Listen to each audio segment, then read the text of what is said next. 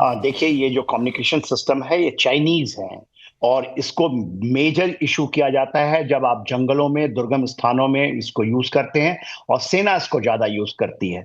तो पाकिस्तान, चाइना ने पाकिस्तान को दिया। पाकिस्तान इसकी यूज जो करता है इन आतंकवादियों को अपने जो एक्सटेंडेड हैंड है, जो उनके स्ट्रेटेजिक एसेट्स हैं, उसको यूज करने के लिए। अभी जो बड़ा मोड़ आया है, खास करके जब आप बता रही हैं जो वेस्टर्न घाटी या दूसरे इलाके हैं, जो कि आपके पीर पंजाल के इलाके में और हिमालयन रेंज के बीच का इलाका है, चाहे नॉर्थ है साउथ है, यहाँ पर इसकी इतनी ज्यादा यूज होती है। इसमें आप कोई सिम की आईपी एड्रेस के ऊपर में आप केवल करें, और वो आईपी एड्रेस को ट्रेस ही करना बहुत मुश्किल होता है। तो ये नया आयाम है। और दूसरा आयाम जो कि समझना चाहिए देशवासियों को, 7 अक्टूबर में आपने देखा था किस तरह से हमास ने किया था इस और इसीलिए सर इजराइल ट्रेंड भी कर रहा था सोशल मीडिया पर कि ऐसा ही बदला लेना चाहिए। ये बात बार बार भारत के लिए कही जा रही है। इस बीच सैयद बासित अली, पाकिस्तानी यूट्यूबर सर हमारे साथ में जुड़ गए हैं, उनका भी रुख है। सैयद बासित जी, क्या आपको नहीं लगता, क्योंकि सारे एविडेंसेस अब मिल गए हैं, जितनी भी टेक्निकल चीजें जो इस्तेमाल की गई थी आतंकवादियों के द्वारा पाकिस्तान से कम्युनिकेट करने के लिए, उसके सिग्नल ट्रेस हो गए, क्या आपको नहीं लगता कि आपकी सरकार को अब सामने आकर भारत से माफी मांग लेनी चाहिए और इस चीज को एक्सेप्ट कर लेना चाहिए, क्योंकि सबूत भी आ गए अब तो सामने? देखिए, पहले तो बहुत शुक्रिया आपका। नहीं, ऐसा कोई सबूत नहीं आया। आपको कम्युनिकेशन ये आपके अपने ही इलाकों से ट्रेस होगी। यहाँ पाकिस्तान से कोई कम्युनिकेशन का कोई सुराग नहीं मिल सकता, क्योंकि ये आपके अपने लोग थे। तो आपके पीएम पाकिस्तानी विदेश मंत्री के साथ में फोन पर बातचीत करके भारत को रुकने के लिए क्यों कह रहे हैं? नहीं, ये आप मेमिक्रीज करते हैं, मेमिक्रीज खुद करके खुद इल्जाम लगाते हैं। ऐसा कुछ भी नहीं है ना। पाकिस्तान ये जो यूट्यूबर साहब हैं पाकिस्तान के, देखिए मेरी इनका भी एक बहुत बड़ा हाथ है लोगों को भड़काने। मुझे बीच में ना बोले, वरना यकीन करें मैं बोल ही नहीं पाऊंगा। देखिए, आपको बोल नहीं पाएंगे कि आपकी बोलती तो बंद करनी पड़ेगी, क्यों आतंकवादियों की भाषा आप बोलते हैं साहब। आप आतंकवादियों की भाषा साहब बोल रहे हैं। थोड़ी देर चुप करना है। जो आपको इमोशन लगे हुए, थोड़ा चुप कर जाएंगे आप? अरे अभी आपको पता चलेगा इमोशन कैसे क्यों हाफिज सईद को 7 लेयर का आपने डिफेंस दे रखा है। अभी ये खबरें चल रही है ना, पूरे विश्व में चल रही हैं। यार ये बंदा क्यों नहीं हो रहा? मुझे पहले बताइए, बंदा कौन है? हेलो भाई, बोलने दो। हेलो, तुम कौन हो? तुम कौन हो बेटे आतंकवादी? तुम कौन से आतंकवादी हो? किस आलू की शक्ल के आदमी सुनने में नहीं, इस तरीके के कमेंट्स नहीं कर सकते सैयद बासित जी। आप पर्सनल कमेंट्स कोई नहीं करेगा यहाँ पर, पर्सनल कमेंट्स कोई ना करे। सैयद बासित आपसे सवाल रहेगा।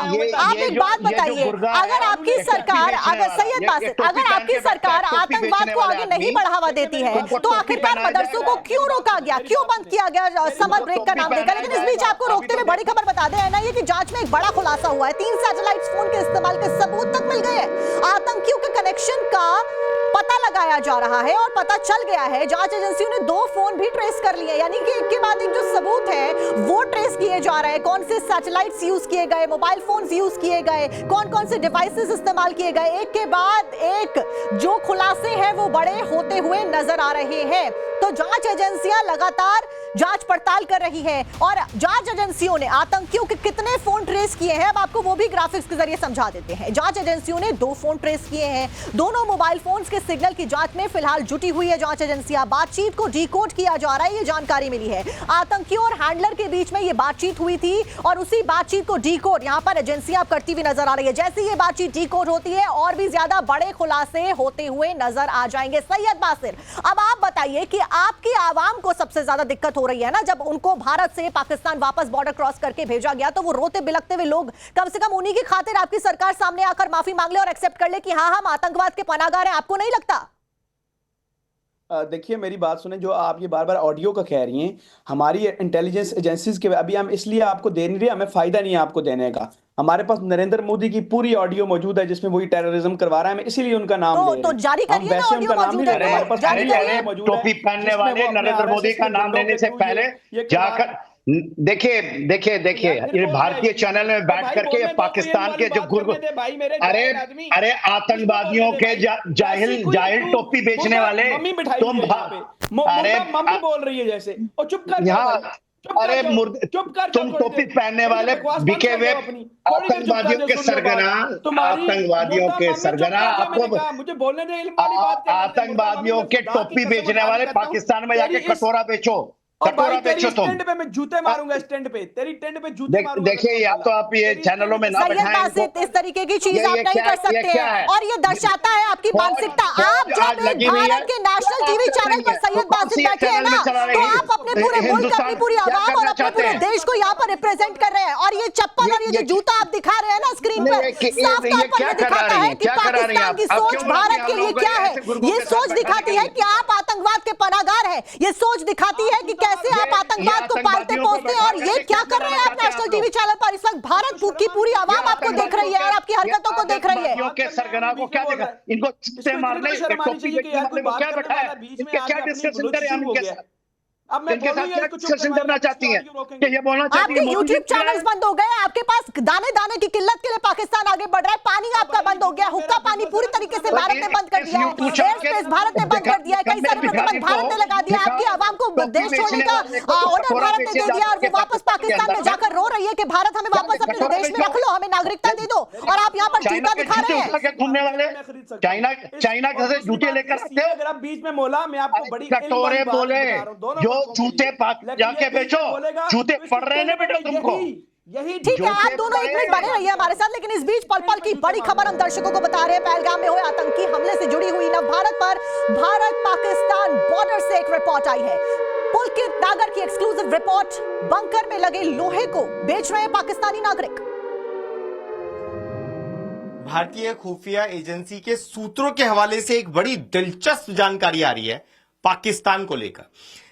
जानकारी यह है कि ये जो बंकर देख रहे हैं, ये तो भारतीय बंकर है, जिसे लोहे की बड़ी बड़ी चादरों के साथ मजबूती के साथ बनाया गया है।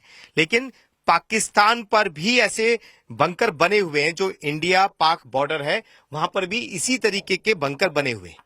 लेकिन पाकिस्तान की गरीबी का आलम यह है कि वहां के लोगों ने इन बंकरों की, ये जो लोहे की बड़ी बड़ी चादरें हैं, ये काट कर बेच दी हैं। और अब बंकर पूरी तरीके से बॉर्डर से लगे हुए जो इलाके में हैं वो खत्म हो गए हैं। इसके ऊपर जो अगर आप देखेंगे तो मोटी लोहे की चादर है।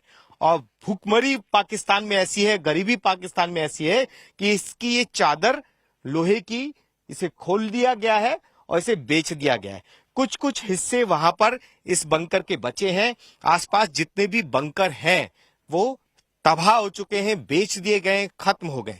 और यही वजह है कि पाकिस्तान डरा हुआ है कि कहीं ऐसा ना हो कि भारत जब उसकी तरफ बढ़े तो उसे छुपने तक की जगह ना मिल पाए। के सर, मैं आपके पास आऊंगी, लेकिन सैयद बासित क्योंकि पाकिस्तान से हमारे साथ में जुड़े हुए हैं। सैयद बासित, आपने देखा ना क्या हाल है आपकी आर्मी का, क्या हाल है आपके लोगों का, क्या हाल है आपकी मुल्क और आवाम का, क्या स्थिति है? क्या इसके बीच में भी आप लोग अभी भी शर्म नहीं करेंगे कि भारत के साथ में जो किया है वो गलत है?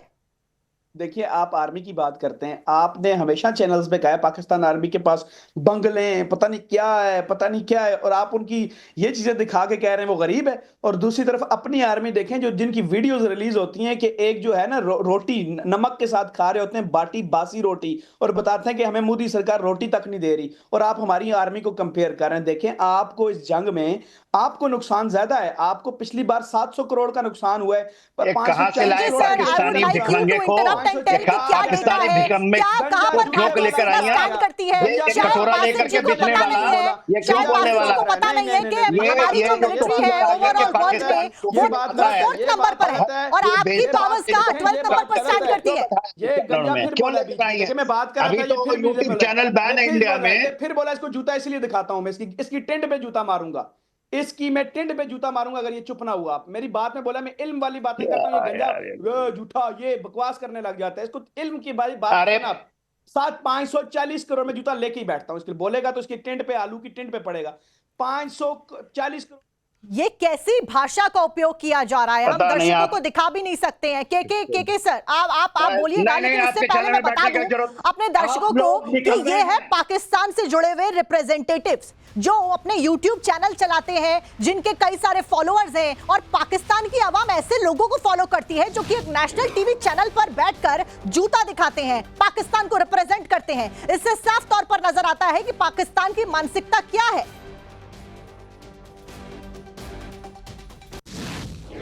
के सर, नहीं, आप नहीं नहीं, मैं आपके साथ नहीं मैं करना चाहता हूँ। ये क्या क्या पाकिस्तान से लाकर के आप बुर्गों को बैठाया हुआ है, आतंकियों को बैठा करके आप डिस्कशन करना चाहती है भारत के बारे में? ये क्या क्या चीज है आप लोगों का? आपको नहीं मिलता है, आपको समझ नहीं आती आपको चैनलों को? ये हमारे जवान देख रहे हैं। ठीक है, ठीक है सर, ठीक है सर। बिल्कुल ऐसे लोगों को बिल्कुल चैनल्स पर नहीं बिठाना चाहिए और ये दर्शाता है कि इन लोगों की मानसिकता क्या है। अब आप सोचिए कि हम चाहते हैं कि पाकिस्तान का भी पक्ष रखा जाए, कि जो भी कुछ पाकिस्तान में हो रहा है उसके ऊपर उन लोगों के क्या रिएक्शन है वो रखे जाए, और जब उनको बुलाया जाता है चैनल पर तो वो इस तरीके की हरकत करते हैं जिससे सबको शर्मसार करते हैं अपने मुल्क में वो। और इस बीच एक बड़ी खबर बता दें, पाकिस्तान के लिए एयर स्पेस बंद होने के बाद में एक्शन तेज हो गया है। भारत ने जीपीएस स्पूफिंग रडार सक्रिय किया है। विमान और मिसाइल्स को गुमराह करने का ये उपकरण होता है जीपीएस स्पूफिंग, और अब इसको सक्रिय कर दिया गया है। यानी कि कुल मिलाकर पाकिस्तान के खिलाफ में ताबड़तोड़ एक्शन लगातार जारी है। एयर स्पेस बंद करने से पाकिस्तान की इकोनॉमी के ऊपर सीधे तौर पर एक बड़ी स्ट्राइक भारत के द्वारा की गई है। अर्थव्यवस्था वैसे ही पाकिस्तान की ठीक दशा से नहीं गुजर रही है और अब इस स्ट्राइक के बाद में बड़ा नुकसान पाकिस्तान को होने वाला है। पाकिस्तानी एयरलाइंस को एक बड़े नुकसान का सामना करना पड़ेगा, क्योंकि दूसरे एयर स्पेस से होकर जाने के लिए उनका ज्यादा ईंधन और ज्यादा समय लगने वाला है। सबके बीच में विमान और मिसाइल्स को गुमराह करने का एक उपकरण होता है जीपीएस स्पूफिंग, उसको एक्टिवेट कर दिया गया है भारतीय सरकार के द्वारा। पाकिस्तान के लिए एयर स्पेस बंद होने के बाद ये बहुत बड़ा एक्शन है। 23 मई तक के लिए पाकिस्तानी एयर स्पेस को बंद किया गया। इसके साथ साथ में पाकिस्तानी नागरिकों को देश छोड़ने के आदेश भी दिए गए थे और अब उनको उनके मुल्क में वापस भेज दिया गया है। साथ साथ में भारतीय जो लोग पाकिस्तान में रह रहे थे उनको भी भारत में वापस बुला लिया गया है। एक के बाद एक एक्शन लगातार जारी है और सबसे बड़ा एक्शन है पाकिस्तान के लिए पानी के सभी स्रोतों को बंद करने के ऊपर लिया गया फैसला, क्योंकि दाने दाने के लिए मोहताज पाकिस्तान अब पानी की बूंद के लिए भी तरसने वाला है। सिंधु नदी का पानी पाकिस्तान में नहीं जाएगा, जिसकी वजह से पाकिस्तान की अर्थव्यवस्था के ऊपर, जो कि कृषि के ऊपर निर्भर है, उसके ऊपर सीधी चोट लगने वाली है और इसमें पाकिस्तानी सरकार कुछ भी नहीं कर पाएगी। जो पाकिस्तान ने भारत के साथ में किया वो सरासर गलत था और उसी का अंजाम अब पाकिस्तान को भुगतना पड़ेगा। और ये तो बस ट्रेलर है, क्योंकि जो बैठकें चल रही हैं, जो ताबड़तोड़ मीटिंग चल रही है, एनएसए, आर्मी चीफ, गृह मंत्री, प्रधानमंत्री, सभी लोग इन बैठकों में शामिल हैं। बड़े निर्णय लिए जा रहे हैं। ऐसे में फुल एक्शन की तैयारी कर ली गई है और इसीलिए कहा जा रहा है कि जितने भी ऑफिशियल जो नोटिफिकेशंस है गवर्नमेंट के द्वारा जारी किए गए हैं, जो ऑफिशियल ऑर्डर्स हैं जारी किए गए हैं, जिसमें पानी रोकना हुआ, पाकिस्तानी नागरिकों को वापस अपने देश में भेजना हुआ, ये सब बहुत छोटे हैं, क्योंकि एक बड़ा जो एक्शन है वो होने वाला है।